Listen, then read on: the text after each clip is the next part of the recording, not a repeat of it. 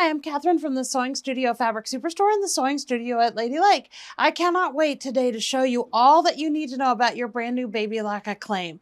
This machine is beautiful and you're going to love doing all the different serging techniques that you have available to you now. All right, let's get started.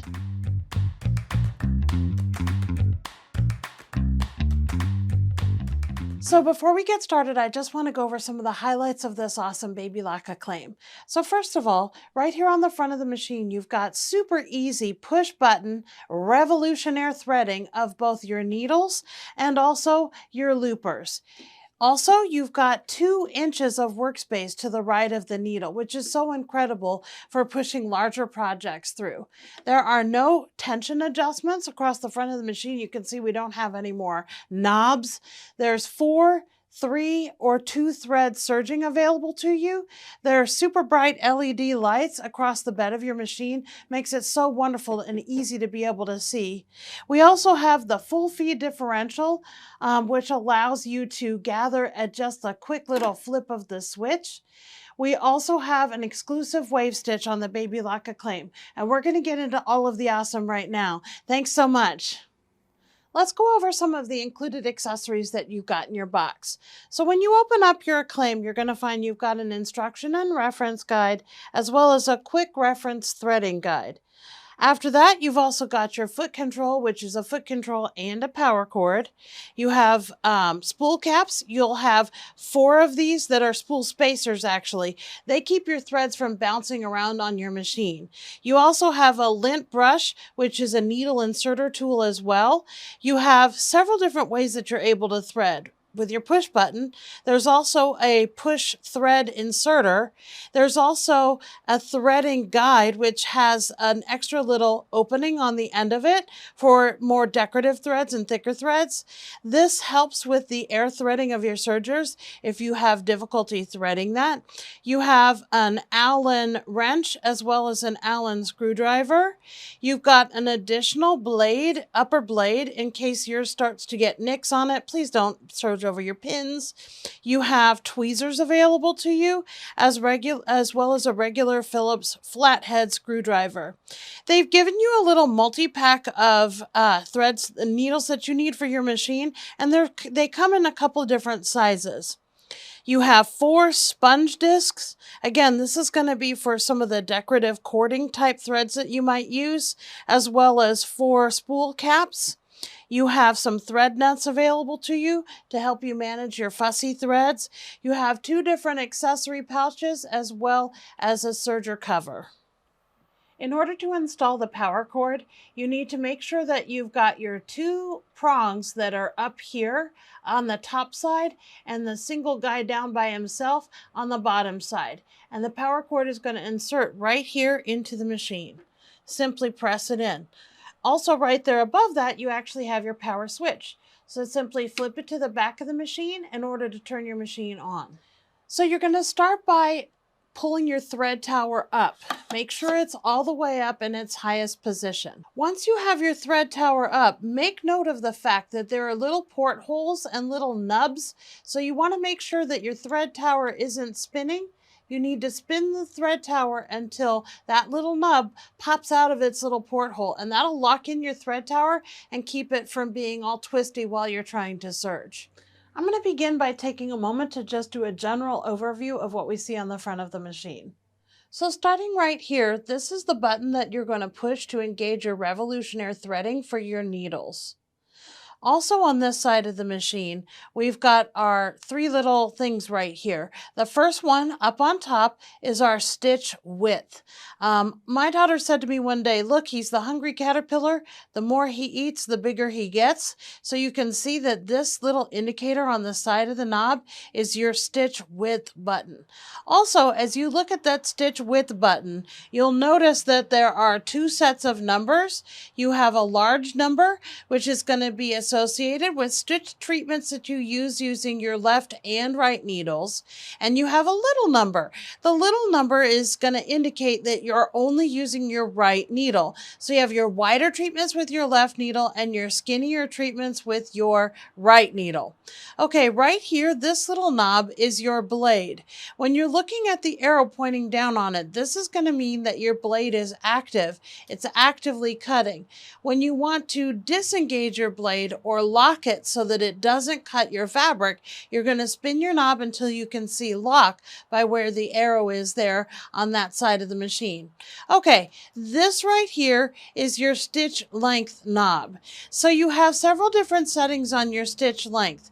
First of all, you've got your standard setting, which is a little white bubble around the word standard, and your rolled hem setting, which is black with white lettering. Now, you can see here on the top of this knob where the arrow is pointing, it is on standard with a length of 4. This knob does not spin any further towards the back. So this knob from a 0 point can spin in either direction. It can spin either into your standard settings or it can spin into your rolled settings. So depending on what your threading chart asks you to do, you'll be able to engage either one of those. Okay, moving a little bit further to the right side of the machine, here on this end you have a little lever which will let you select whether you're going to be doing wave serging or overlocking. Also right here beside that you've got your presser foot, so I can put my presser foot down or raise my presser foot up. Here on this side you've got letters A, B, C, D, and wave. A is a stitch. This is our stitch selector knob, and the way that I try and remember what these things do, just so I have some sort of frame of reference, A is for a lot of our utility stitches. A is for a lot of our utility stitches, and the further down you go with your stitch selector, the more delicate, D for delicate, that those little stitch patterns can become. So A is almost all of our utility stitches, and the further down we go, the more delicate we get. Down here at the end here at the bottom, we've got our differential feed selector. Most of the time you're going to have your N selected for where your little lever is here. N stands for neutral. It's normal. In other words, both of your feed dogs are working at the same rate and same pace. If I wanted to gather, I can simply move my little differential lever all the way up to where my little arrows are squeezing in. That's going to gather for me. If I want to stretch, I can move my lever down to where it's going to stretch. So with these two settings, the way the feed dogs are working against one another forms those particular patterns. Either here where the front feed dog is moving at double time, that's going to give us a gather, or down here at the bottom where the front feed dog is working as slow as molasses, that's going to give us a little bit of a stretch. So it's the difference in the way those feed dogs are fighting one another or working in harmony that creates the different stitch paths. Okay, let's open up our doors and talk about the inside of the machine for a little moment. This right here is your upper looper because it comes up above the bed of your machine and it's the top side of the serge pattern. Down here, this one is your lower looper because it remains underneath. This right here is the subsidiary looper or the auxiliary looper, which we're going to engage for some of our treatments. This knob right here is the upper and lower looper thread fine tuning knob. Most of the time, you're not going to need to make any adjustments at all. You'll just leave this little arrow pointing right up at like the 12 o'clock. However, some threads, some fabrics might require fine tuning adjustments. If you need to, you can turn this knob counterclockwise, and by doing that, you're going to be able to tighten your looper threads equally. If you spin this knob clockwise, you're going to be able to loosen your looper threads equally. Okay, right here we have our upper looper port when we're going to insert our upper looper thread into that port. Here you have your lower looper port. And let me just make note of the fact that there clearly is a do not put oil in these threading ports. Don't squeeze oil in there. It says right there, don't do it. Right here, we have our threading knob. So when it comes time to thread our loopers, we'll push that button. And down here, we have our looper, our little lever that allows us to decide, are we in the middle of serging or are we in the middle of threading? The cool thing is when we push this lever down into threading, it won't allow us to close our gates. Therefore, we can't serge while that is down. It prevents it from getting us into trouble. One of the coolest things about the BabyLock Acclaim is that right here inside the machine, it tells you what type of needles to use and what size of needles that you can use. So when you are picking out needles for this particular serger, you're going to need to have the HA by, that little X is a by, 1 SP or CR. So the SP stands for slim point and the CR is a chrome finish. So HA by 1 overlock needles, and you can either choose the slim point or the chrome finish. 7511 is the smaller size, and the 9014 is the larger size of needle that you're able to use. Right here on the inside your gate, you've got a brief threading chart, and it's just got some brief instruction on that, which I'll go into more detail on. You also have how to engage and disengage your subsidiary looper for some of those real special thread treatments that we're going to do. I want to take a moment to point out 3 things here on this side of the machine. First of all, you have an onboard cutter available to you. Right here in the center, you have a knob, which is a presser foot pressure adjustment. And the last but not least, right here, we've got our lever that we push down when it comes time to thread the needles. In order to remove your presser foot, you're going to reach towards the back of the foot here and squeeze this little lever forward, and your presser foot will drop off. In order to install your presser foot, you're going to bring your presser foot directly underneath the presser foot lever and bring your foot right down. Sometimes it takes a little bit of adjustments here to get it snapped on right in place. The BabyLock Acclaim has wonderful differential feed, and by that it means that these 2 things are our feed dogs, and it's the difference in the way that they're operating that creates those different stitches.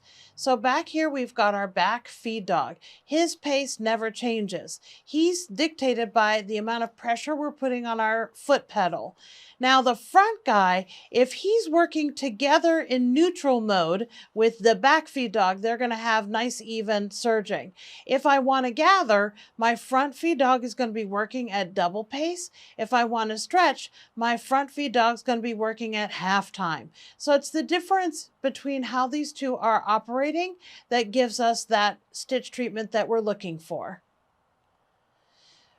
Right here, I want to point out this little window at the top of where your needles are inserted. When you are putting your needles in, you need to make sure that they are inserted all the way. And you can see them right here in this window. So your left needle is peeking out and it's touching the top there, so you know that it's in all the way. And on the right needle, you can barely see him above your little thread guide bar here, but he's right there too. Make sure it's all the way in and touching the top.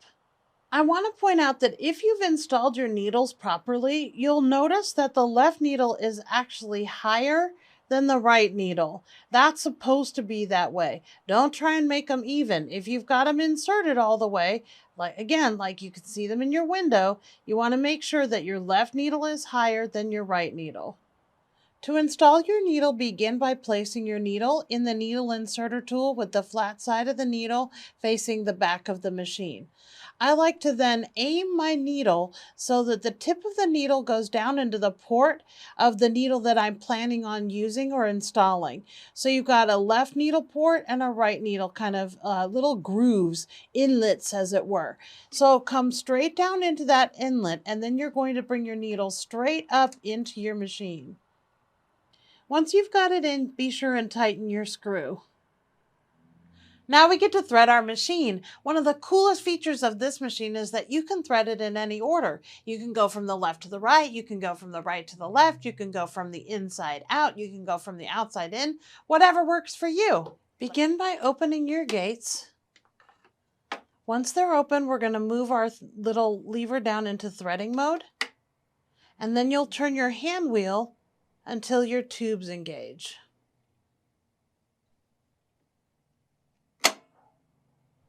All of your threads start by coming from the back of the thread tower and pass through towards the front of the thread tower. Back here is the beginning of our thread guides. Each of our threads is going to need to be snapped into this area, and it's a bit like flossing your teeth. So it's going to require a little bit of tension.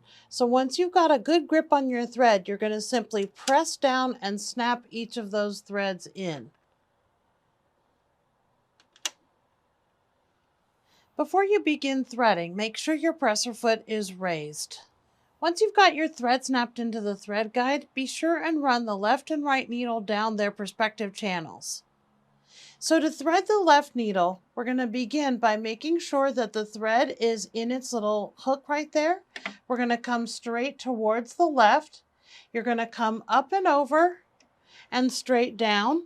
At that point, make sure your left needle thread is behind the thread guide and off to the left. With your right needle thread, it too comes behind its little hook. It passes straight to the left, underneath that hook, up and over just like the other needle did. And then you're going to make sure it too gets behind the little thread guide.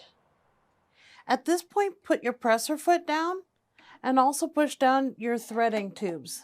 At this point, take the tip of your thread and put it to the eye of your needle and push down your button. Take your second thread, put the tip of it towards the eye of the needle and push the button. Now simply raise your threading lever.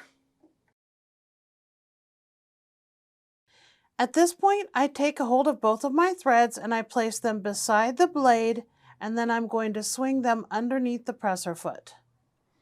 Place your upper looper thread in the thread guide at the back of the machine and bring that thread right down its channel. Then place your lower looper thread in the thread guide and also bring that down its channel. At that point, we need to thread our looper ports. So I'm going to begin by taking my upper looper thread and poking my thread down into the port. Next, I'm going to take my lower looper thread and place that down into its port.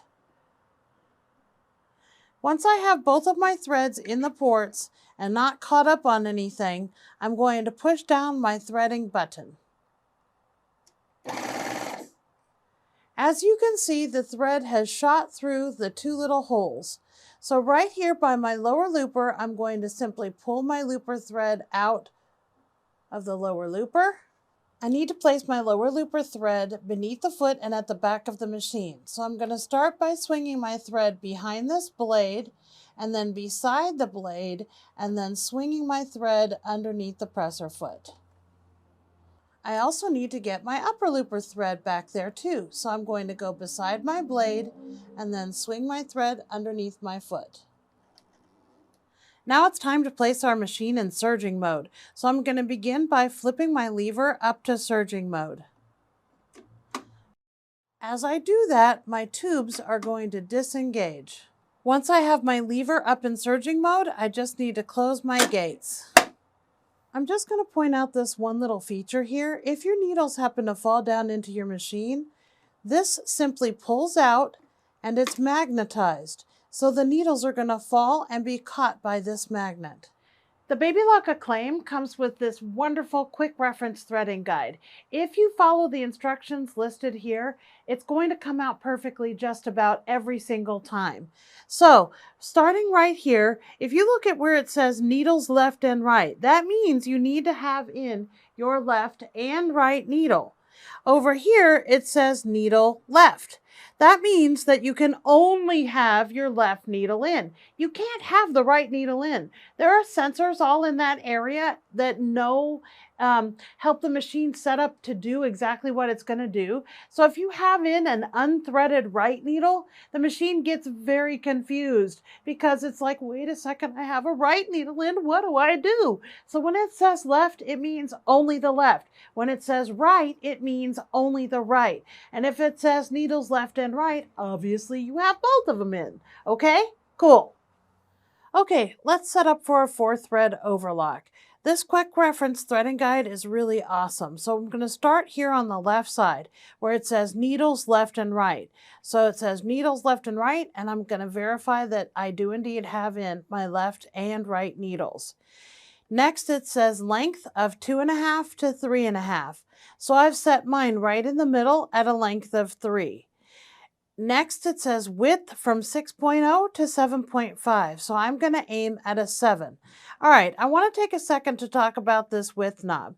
So remember I told you that you've got 2 sets of numbers. The large number is associated with the left needle. The smaller number is associated with the right needle. But also, very importantly, it's important as you spin this knob to go ahead and hit the number that you're aiming for. 1 and done. If you overshoot it, oh no, I overshot my 7.0, and you come back to it, what happens is your knob gets very, very wiggly. It's loose, and that's a bad, bad thing. So you have to start at the very beginning and then spin up to the number that you're aiming for. So stick that number exactly. Now your knob is going to be nice and tight. If you gently try and wiggle it, it won't go anywhere. There is no indication about where the blade should be, which means the blade should be unlocked. The fourth thing we have to deal with is our stitch selector. That needs to be up on A.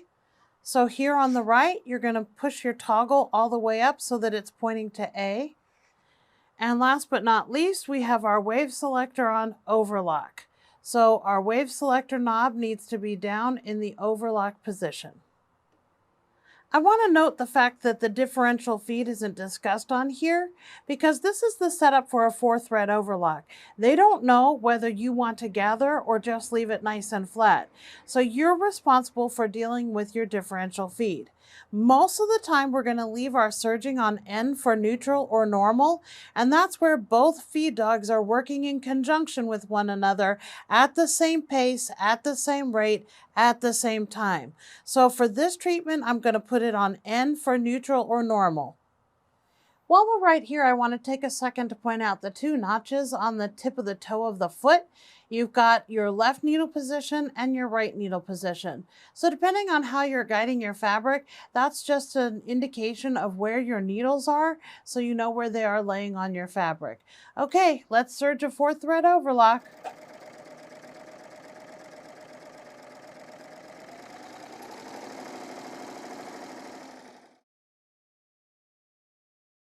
If you choose to gather, you need to do that while you're in the 4-thread overlock mode, and it's super easy to do. All you have to do is take a hold of your differential feed lever and push it all the way up to 2, where the arrows are pointing at one another. That's putting the machine in gather mode. You don't need to make any changes to any other of your settings. You're just going to leave it on your 4-thread overlock, and off you go.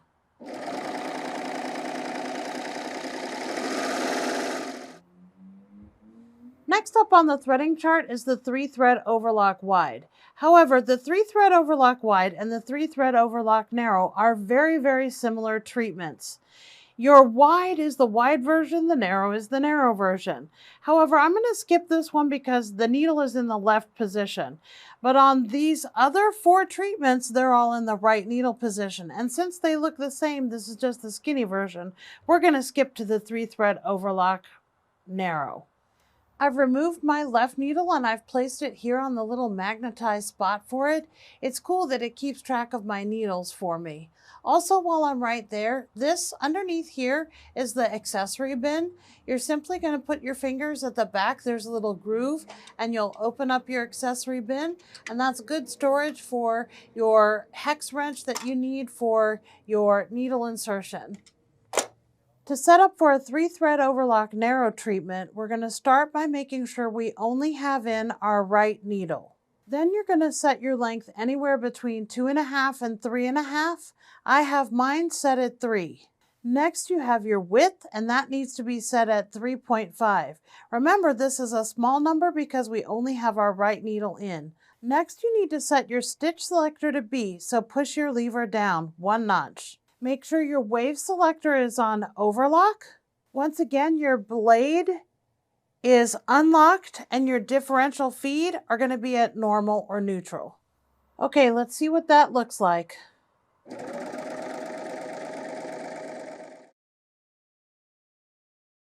All right, for the 3-thread overlock narrow hem, we're going to have our right needle in only. Our length is going to be 0.75 to 4.0 R. Now that R means we need to be in the rolled setting. So I've selected a 2.0 for mine. The width is 3.0. Our stitch selector goes down to C. Our wave selector goes to overlock. And once again, there's no indication on here about the blade or the differential feed. So make sure your blade is unlocked and your differential feed is at N for neutral or normal. Okay, so what it's done there is that it has rolled the fabric around to the back edge. So that's why it is a narrow hem. So now we're going to do the 3-thread rolled edge, and I just want to point out the difference between the 3-thread overlock narrow hem and the 3-thread rolled edge. On both of these treatments, your fabric is going to be curled around towards the back of the piece of fabric. However, on this one, the 3-thread overlock narrow hem, the lower looper and upper looper threads meet out at the edge of the fold. On the 3-thread rolled edge, your upper looper is spinning all the way around that fold and meets there in the back. So for me, this one with this little thread ridge that's created is not as valuable as this 3-thread rolled edge. I like this one better because it brings that thread all the way around and gives a nice clean finish for napkins or skirt edges or sleeve edges or whatever you'd like. So on the 3-thread rolled edge, you're going to make sure you have your needle in the right position only, no left needle. On the length, you're going to be anywhere between a 0.75 and a 4.0 R for rolled setting. I'm going to start off with a 2, and then I will show you one with a 0.75. That's my favorite. Then you have a width of 3.0. Your stitch selector needs to be on D for delicate, because now we have the most narrow, most delicate little treatment. Your wave selector is going to be on overlock.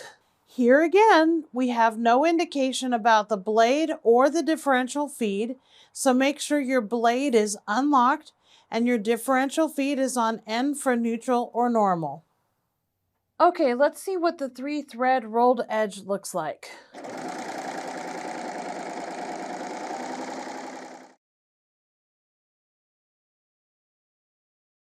Now on this one, I'm going to do that same rolled edge, but I'm going to do it with my length at 0.75.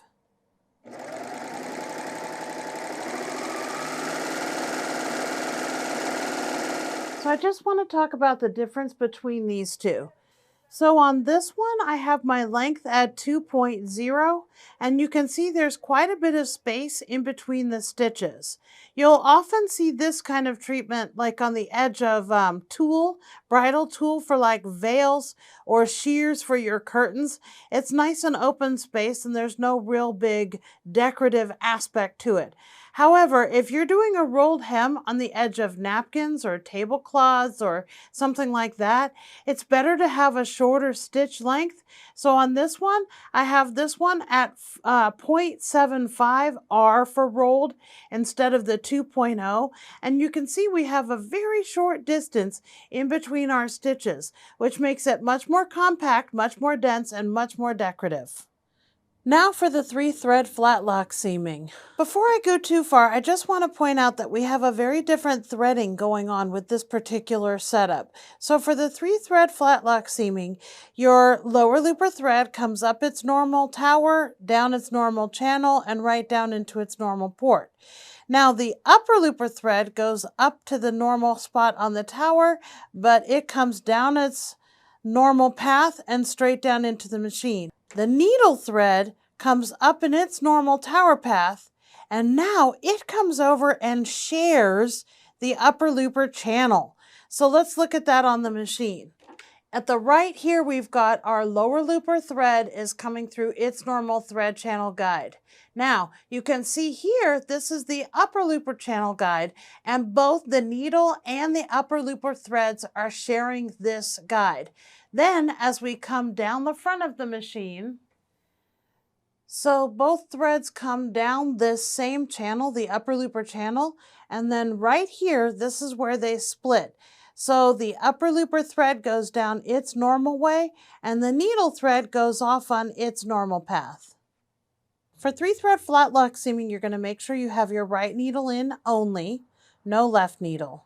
Set your length anywhere between 2 to 3. So I've got mine at 2.5.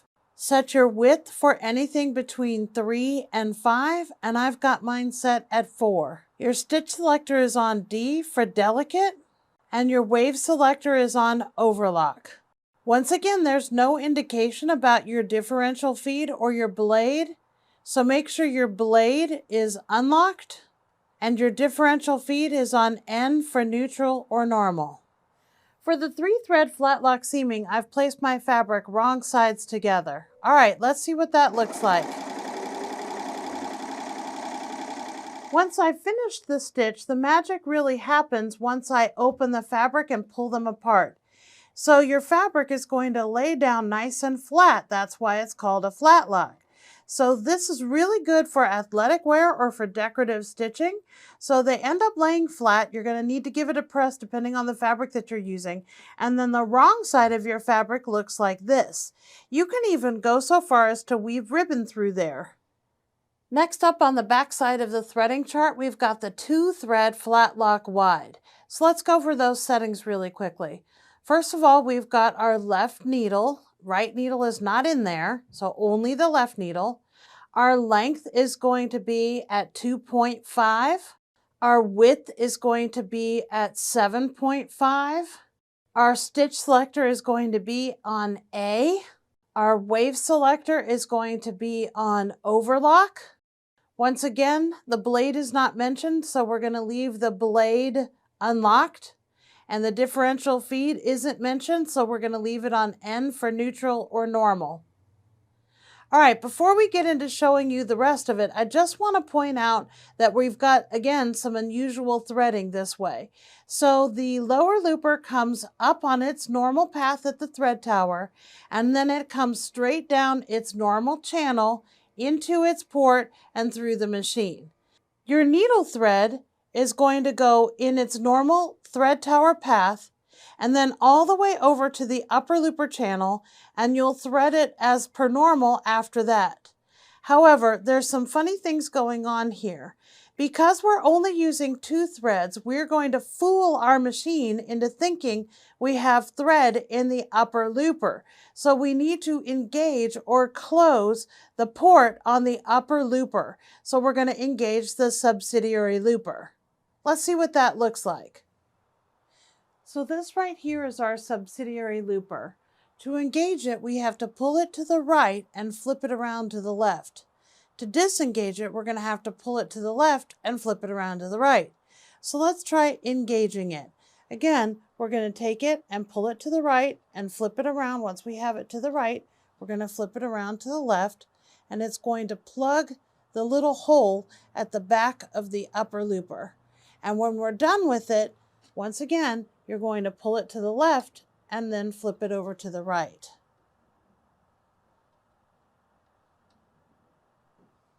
Okay, let's see what the 2-thread flatlock wide looks like. Once again, once it's complete, we're going to need to open it up so that we can see the magic happen. Grab a hold of the two, pull it.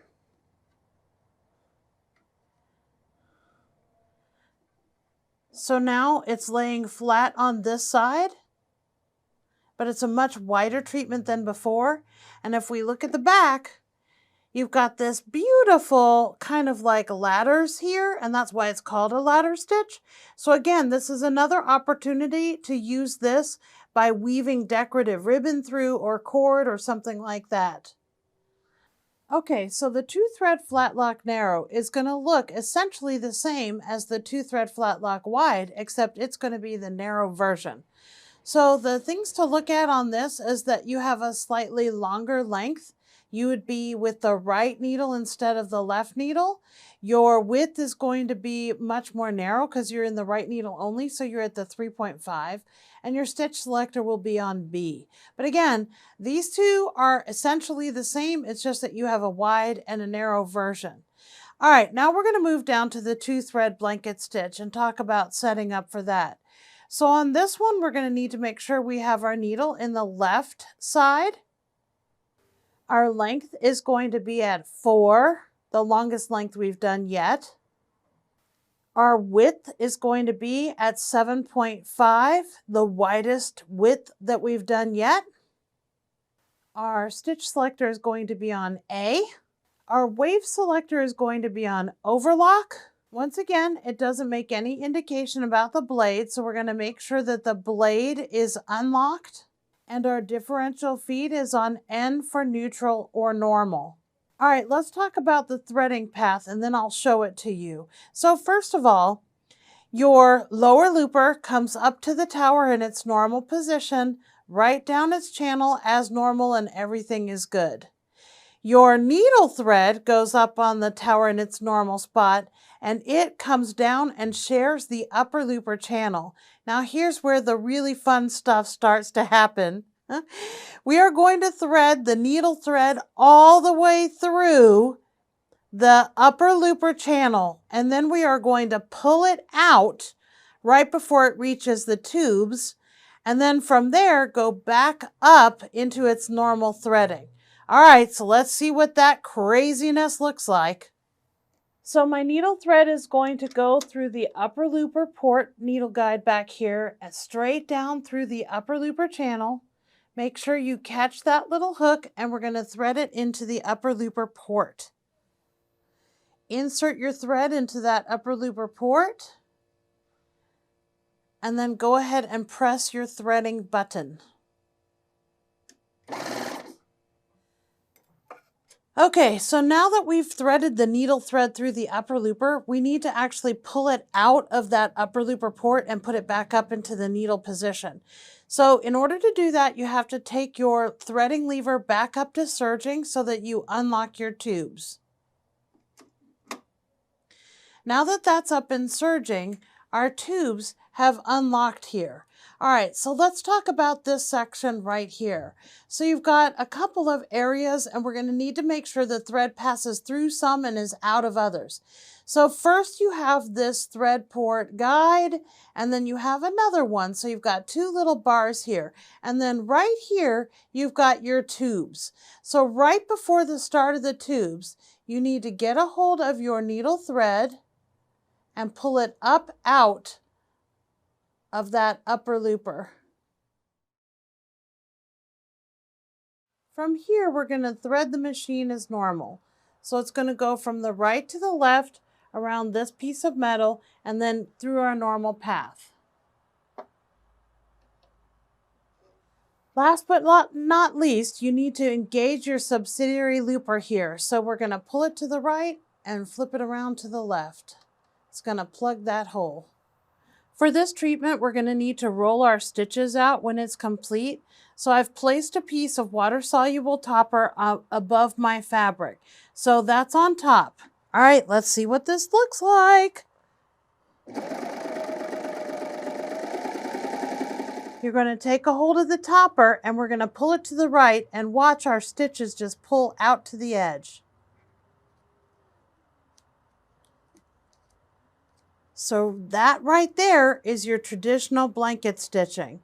So because this is water-soluble topper, if you take a good grip of it and pull, it'll come right off. Okay, so now we're going to do the 2-thread ladder stitch. And as you first look at these, you're going to think to yourself, man, these are exactly the same. Left needle, length of 4, length of 4. Width at 7.5, width at 7.5, stitch selector A, wave selector on overlock, wave selector on overlock. And then we have our funky threading. The needle goes right down the upper looper channel all the way through, and then we pull it out right before the tubes, thread it up as normal needle threading, and engage that subsidiary looper. However, the 2-thread ladder stitch is meant to be done on 2 pieces of fabric, where the 2-thread blanket stitch is on the edge of 1 piece of fabric. So this is particularly effective on like a minky or a polar fleece, and the 2-thread ladder stitch would be in between 2 pieces of fabric to join them. All right, let's see what that looks like. So first I'm going to do this with the right sides together so you can see what the effect would look like on the right sides of the fabric. There we've got our beautiful ladder stitches. Okay, let's do this one wrong sides together and see what it looks like.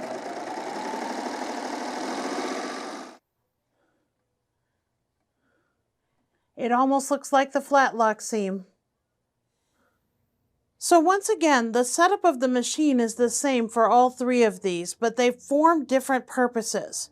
So to get a blanket stitch on the edge of your fabric, you're going to be set up for the 2-thread blanket stitch. That's for the edge.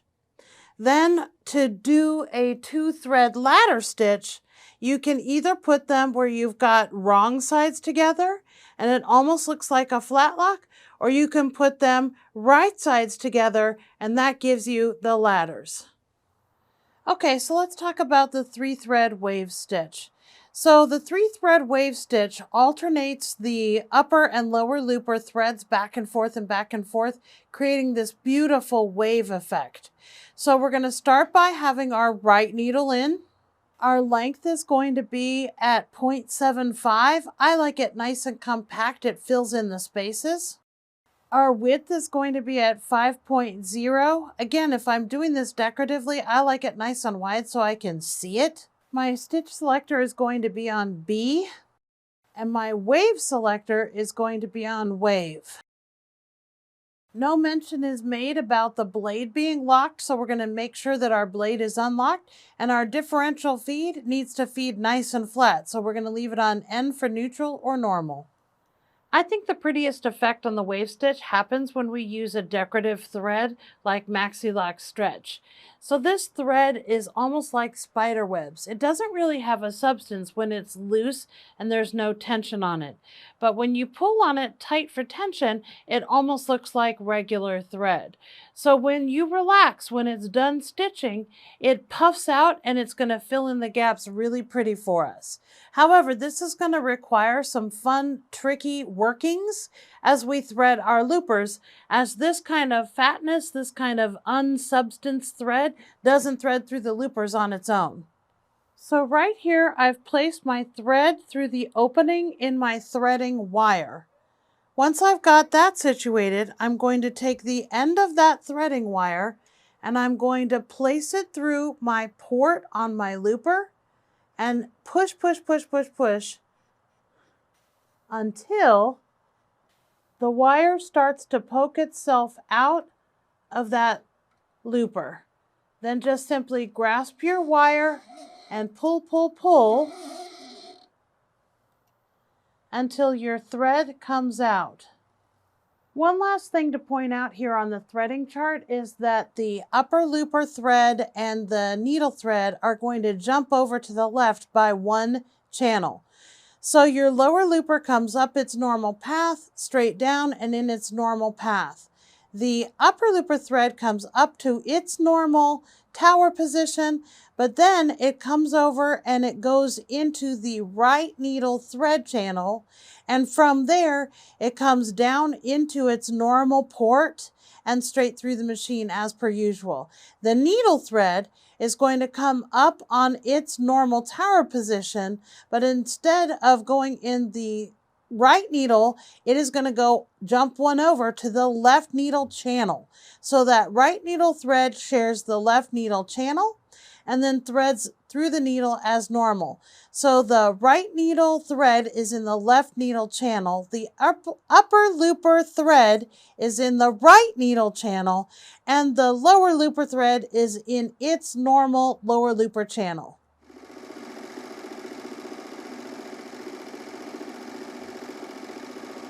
Absolutely beautiful. So it's rocked back and forth, the upper looper and lower looper threads, to create that beautiful wave look. Okay, so we just did the 3-thread wave stitch, and the last treatment on the page is the 3-thread rolled wave stitch. I just wanted to point out that this is going to be similar to the 3-thread wave, but in the final effect, because it's a rolled wave, it's a very tiny rolled edge look. So this is not nearly quite as big or bold or obvious, and I have to tell you, I've never used this one time. If you were doing something very tiny on a tiny scale and just wanted a tiny little look, this would be perfect. But for most of the time, I truly prefer the 3-thread wave stitch. It's nice and big and bold and ends up looking beautiful. Well, that wraps up today's lesson. I hope that you learned a lot. I hope you can't wait to get started. And if you haven't bought this yet, we do have it available both on our website at www.sewing.net, or you can come in and see us here at the Sewing Studio Fabric Superstore in Maitland, Florida, or up at our Villages location at the Sewing Studio at Lady Lake. Thanks so much for joining me. Now take off and surge!